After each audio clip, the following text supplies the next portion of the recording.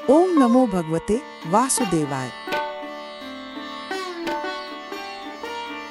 विषादप्यमृतं ग्राह्यम अमेध्यादपि कांचनम अमित्रादपि सद्वृत्तम बालादपि सुभाषितम। विष से भी अमृत ग्रहणीय है, अपवित्र वस्तु से भी कांचन, शत्रु से भी सदाचरण और बालक से भी सुभाषित ग्रहणीय है। ये श्लोक एक अत्यंत व्यावहारिक नीति का प्रतिपादन करता है, जिसमें ज्ञान और सद्गुणों के संग्रह के लिए किसी पूर्व ग्रह या बाह्य स्थिति का मूल्यांकन करने से मना किया गया है। इसमें स्पष्ट किया गया है कि मूल्यवान तत्व चाहे जिस भी स्रोत से आए हों, उन्हें स्वीकार किया जाना चाहिए। विषादपि अमृतम ग्राह्यम।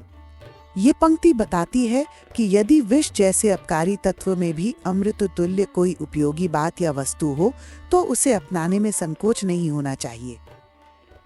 ये प्रतीकात्मक भाषा उस बोध को उद्घाटित करती है जिसमें कहा जाता है कि यदि कोई शिक्षा या तत्व ज्ञान लाभदायक हो, तो चाहे वो किसी प्रतिकूल या निंदित स्रोत से क्यों न आया हो, उसे अपनाने में हिचक नहीं होनी चाहिए।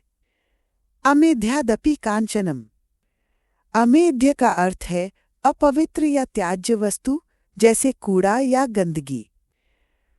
यदि ऐसी स्थिति में भी कांचन सोना प्राप्त हो जाए तो उसे त्यागा नहीं जाना चाहिए। ये प्रतीक है उन अवसरों का जहां किसी असुविधाजनक या अवांछनीय स्थिति में भी कोई अमूल्य वस्तु या ज्ञान मिल सकता है। अमित्रादपि सद्वृत्तम। यदि कोई सद्वृत्त अच्छा आचरण शत्रु में भी दिखाई दे तो उसे ग्रहण करना चाहिए। इसका अभिप्राय यह है कि नीति, नैतिकता और सदाचार का स्रोत नहीं देखा जाता, बल्कि उसका महत्व उसके स्वयं के गुणों में होता है।